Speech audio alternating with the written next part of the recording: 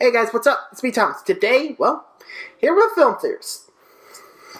Now, this is on a film theory with the title, Which of the Incredibles is the Most Incredible?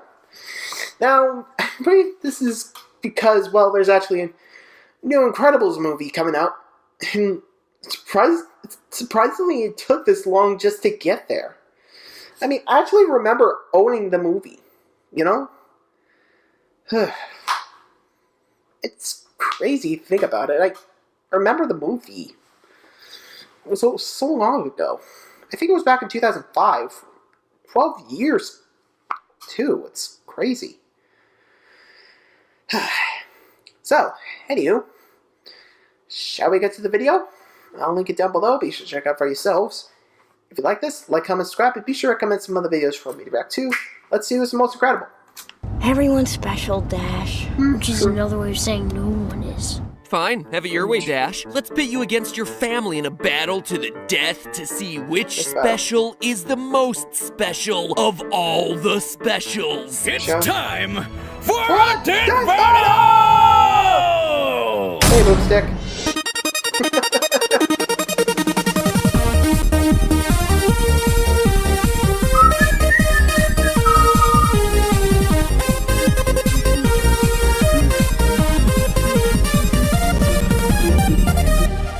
Internet, welcome to Film Theory, the only show that can monologue longer than a villain in a superhero movie. You sly dog! You got me monologuing! I can't believe it. Today I'm covering what's perhaps the most beloved movie in Pixar's lineup, The Incredibles. A film that probably earned that title because a lot of you watching saw it when you were kids. A fact that, in retrospect, is a bit alarming considering what the movie's really about. I mean, for a family-friendly film, you have a villain that actually kills people, a wife that suspects that her husband is cheating, and repeated deaths by turbine. I've always thought that it had a weird message too, where Buddy, the young fanboy who's shunned by his hero, pulls himself up by his bootstraps to become a billionaire weapons designer, using his genius intellect to create devices that give him the power of a superhero himself. Honestly, is a story arc that should be praised. I gotta say, as the one who felt ostracized throughout school, I totally relate to this guy's story. He should be a good role model. He didn't give up. He used his innate abilities to get better, to get to the position he wanted to be. But instead, in this movie, he has an inferiority complex and becomes a sociopathic killer. You mean you killed off real heroes so that you could pretend to be one? Oh, I'm real, and I did it without your precious gifts, your oh-so-special powers. Hey, Pixar, I totally feel what you're going for here, but seriously, intelligence should be a real superpower. But nope, not in The Incredibles, and then the rest of the film treats him like a joke, until he dies a gruesome death and the heroes are all solidified as the ones who are born with their innate abilities. Clearly, this movie believes that some people are just more super than others. And since you killed off the character I most relate to, movie, I'm going full supervillain and giving you a dose of your own medicine. Which super is the most super in the Parr family? Who is the most powerful Incredible? Is it the speed demon Dash, the quiet psychic Violet, the flexible Elastigirl, or the brute force of Incredible? There's also the baby Jack, the big wild card in the family whose powers seem to vary, setting himself on fire to changing to different materials. You could say he's a regular Jack of all trades. But knowing how Hollywood storytelling works and based on the fact that the trailers are already playing all this up, it probably means he's going to be revealed to be the most powerful character in Incredibles 2, so I'm knocking him out of the competition. In the meantime, though, place your bets, ladies and gentlemen, because 4 Incredibles enter, 1 Incredible leaves. Man, I really am starting to sound like Syndrome. Everyone can be super, and when everyone's super, no one will be. First things first, if you want... Yeesh. Yeah, it's kind of ironic, really. I'm not sure who's the most incredible. I mean, try to think like the most versatile, and Mr. Incredible only has his strength, and Dash only has his speed. With Violet, she can make force fields and, go invisible. That's about it. I think I might give it to Mrs. Incredible. I mean, she's pretty flexible, no pun intended. Turn it to... she literally flattened herself to avoid a train. So, if you ask me, she's pretty powerful. That's just all I'm saying. So, And she's the one who came up with the plan to save Jack, everything. She was the one who came up with the plans most of the time.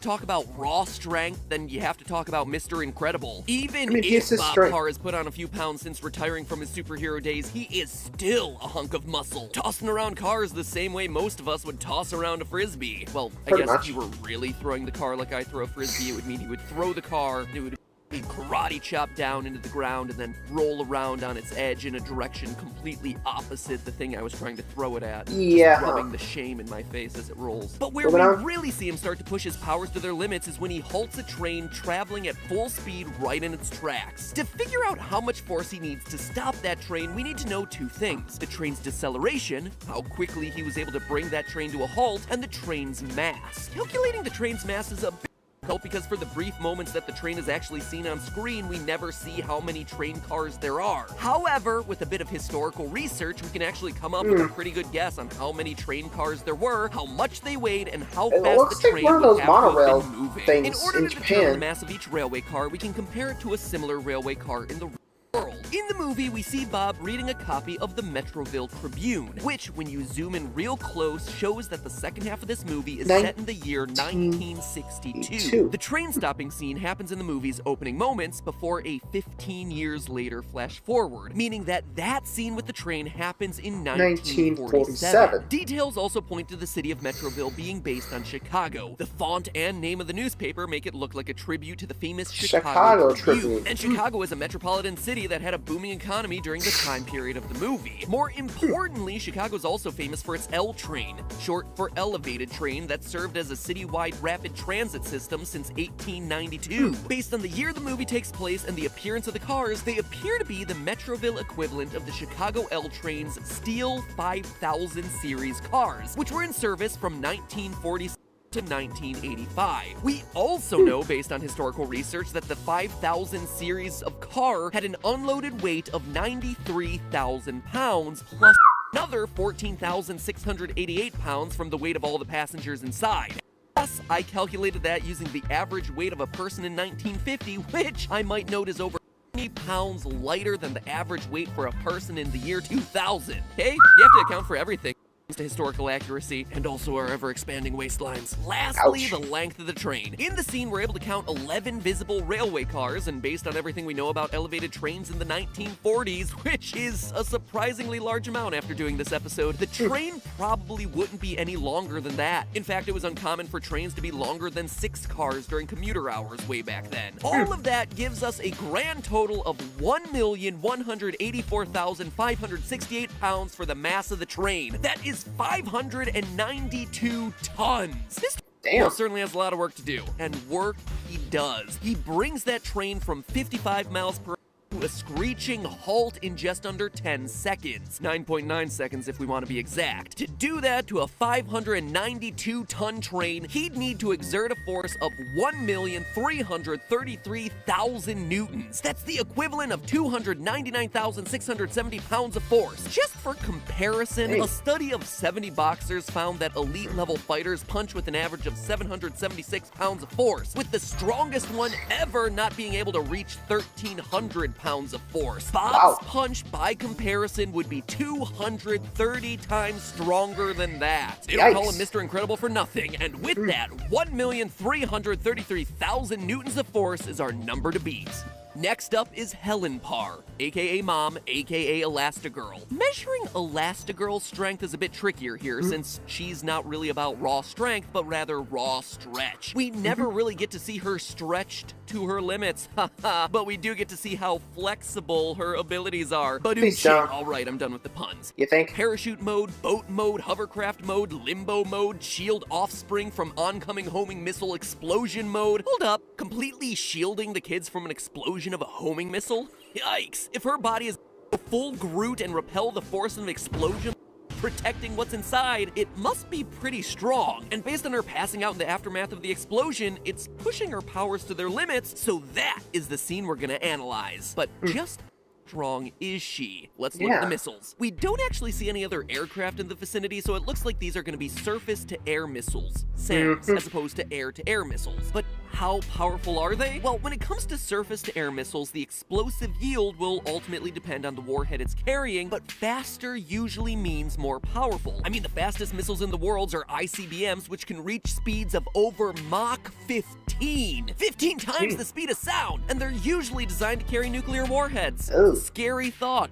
Anyway, from the way that the missiles appear to only barely outspeed the plane, we can assume that they're probably moving at close to the same rate. Now, a typical commercial jet would be able to hit speeds of around 600 miles per hour, which is subsonic, less than the speed of sound, not even Mach 1. And we never actually see Helen's plane cross any sound barriers, even as she's trying to avoid these missiles. So that means that the missiles must be moving pretty slowly. Currently, the slowest and typically weakest surface-to-air missiles used by the US military still hit a speed of around Mach 2.5, which means I guess Syndrome's weapons budget was more focused on building killer robots and not so much on buying anti-aircraft missiles. Information on this subject is a bit hard to find, and digging around for it has undoubtedly put me back on top of several government watch lists. There goes my trusted traveler pass I worked a year to get. But out of all the missiles used by the US military, the slowest one is the RIM-116 Rolling Air Missile, RAM. A missile delivering warhead with an explosive yield equivalent of 47.279 megajoules, or just around 24.9 pounds of TNT. But here's where things get even more complicated. In the scene, we see not one, not two, but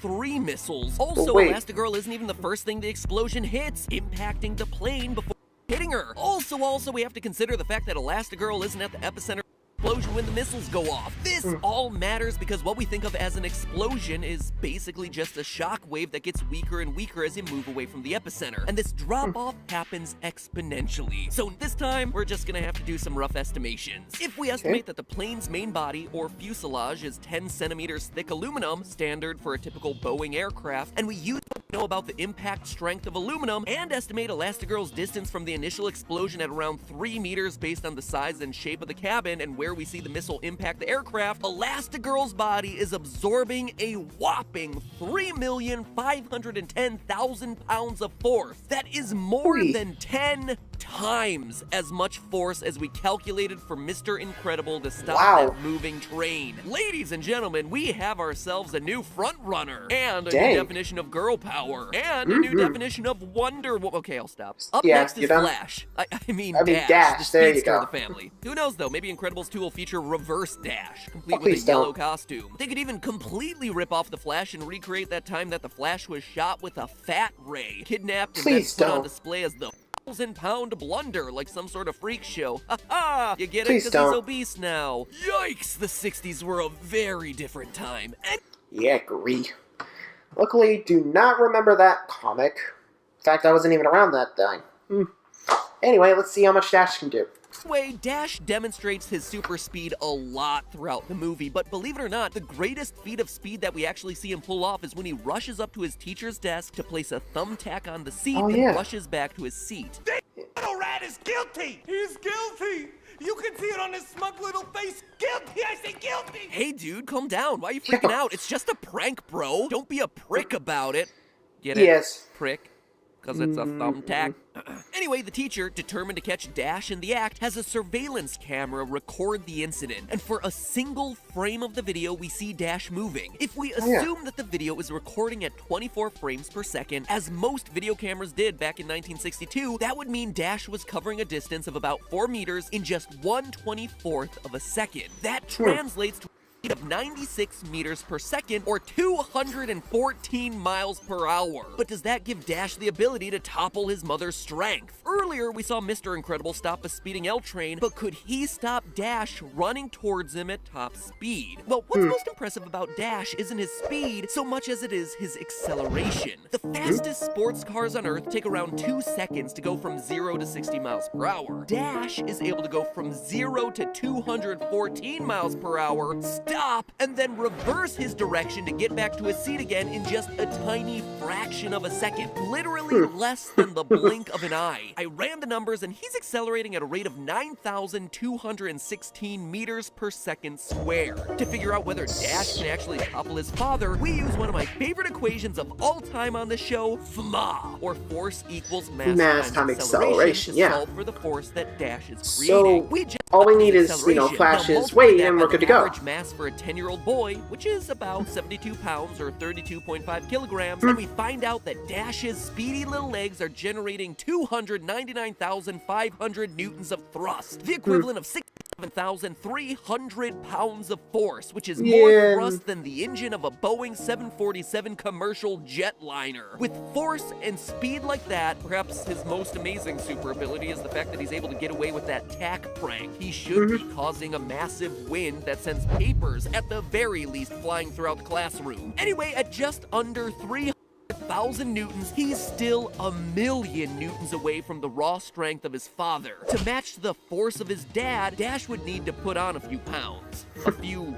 hundred pounds, in Please fact. don't. Starting with that 1.3 million newton threshold we calculated for dear old dad and dividing by Dash's acceleration, he'd need to weigh in at 141 kilograms or 310 pounds to tackle his father. And Yikes. way more than that to punch through his mother's elasticity. 837 pounds or a Yeesh. whopping 380 kilograms. Where is a good politically incorrect Flash fat ray when you need it? And Please then don't. there was Okay, it's one. Violet. 14-year-old Violet, the bashful shy girl who wants nothing more than to reject her superpowers and be normal herself. Now, she's a tricky one since her powers aren't physical like anyone else in her family. Mental. First, the girl who wants to hide from the world can, appropriately enough, turn invisible. But more to our purposes, she can create force fields capable of blocking pretty much anything. And you can't have a force field without the word force, the exact measurement we've been using to compare the family. We find out about 90 minutes into the movie that Violet's force fields can easily deflect bullets.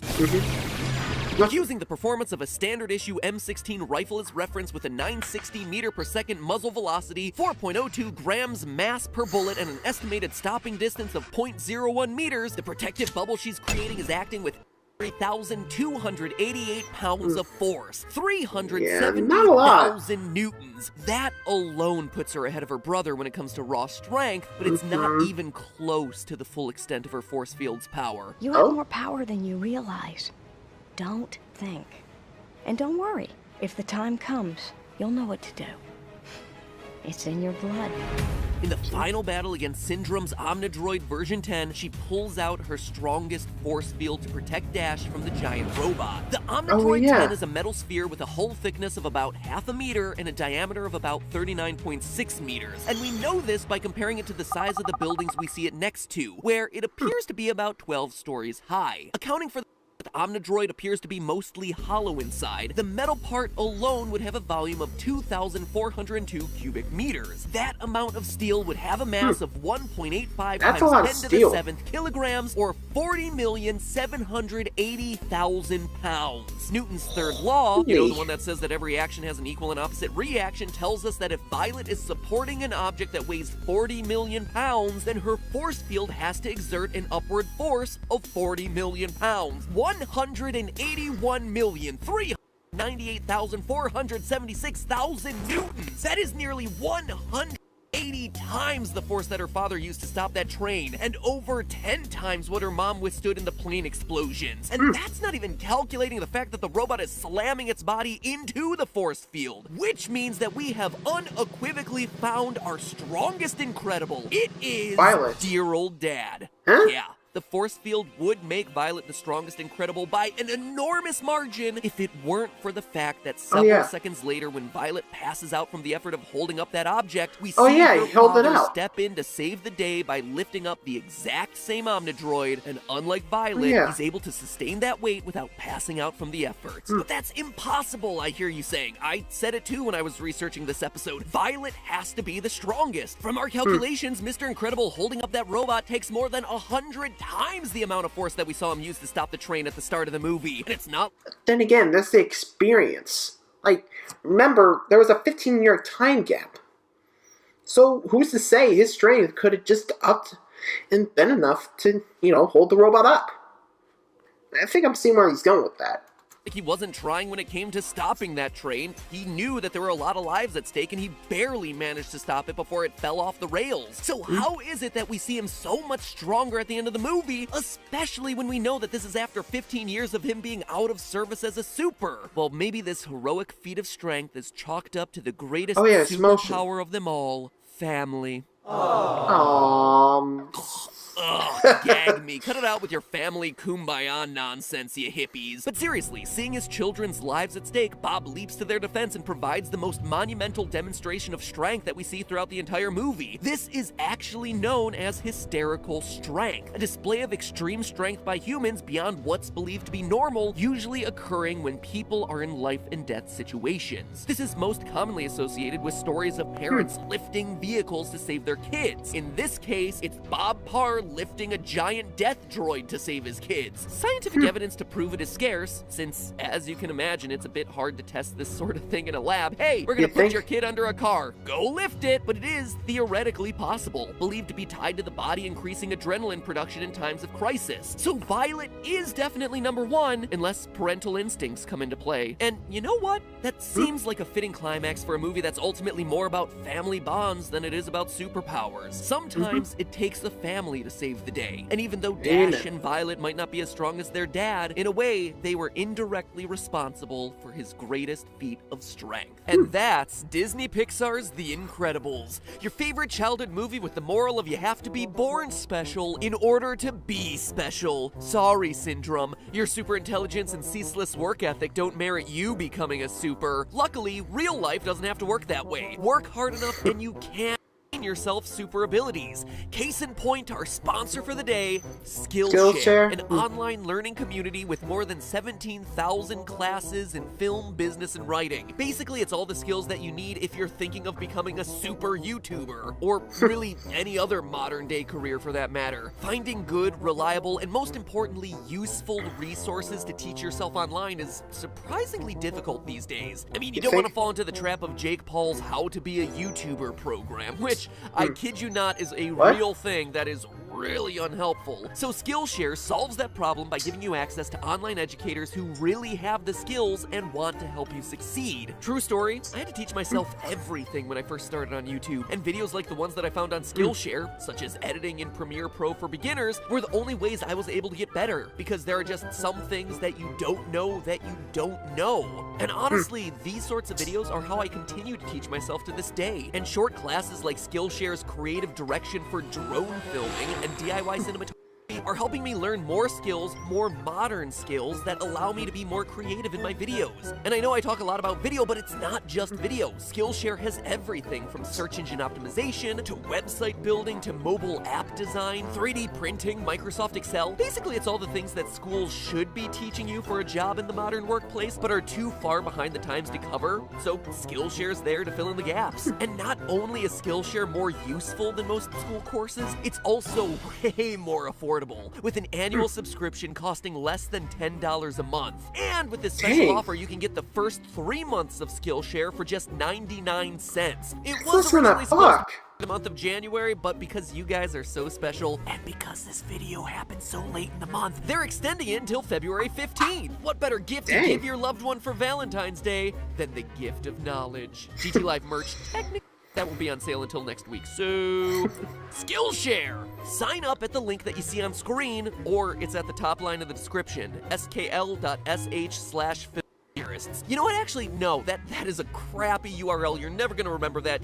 Oh, .sh, yeah, I'm gonna remember to put that up in the URL bar. It's in the top line of the description. Sign up, it's 99 cents to try 3 months. Teach yourself a couple new skills like drone filmmaking, which is stuff you're just not gonna find anywhere else. So remember, friends, life isn't like The Incredibles. You can work, achieve what you want, and places like Skillshare are out there to help. Again, one last time, Incredipunch, that link in the description, since not even memory will help you remember the huge block of link text you see on screen right now. But you know what you can remember? The fact that this was all just a theory. A film theory. And commence learning.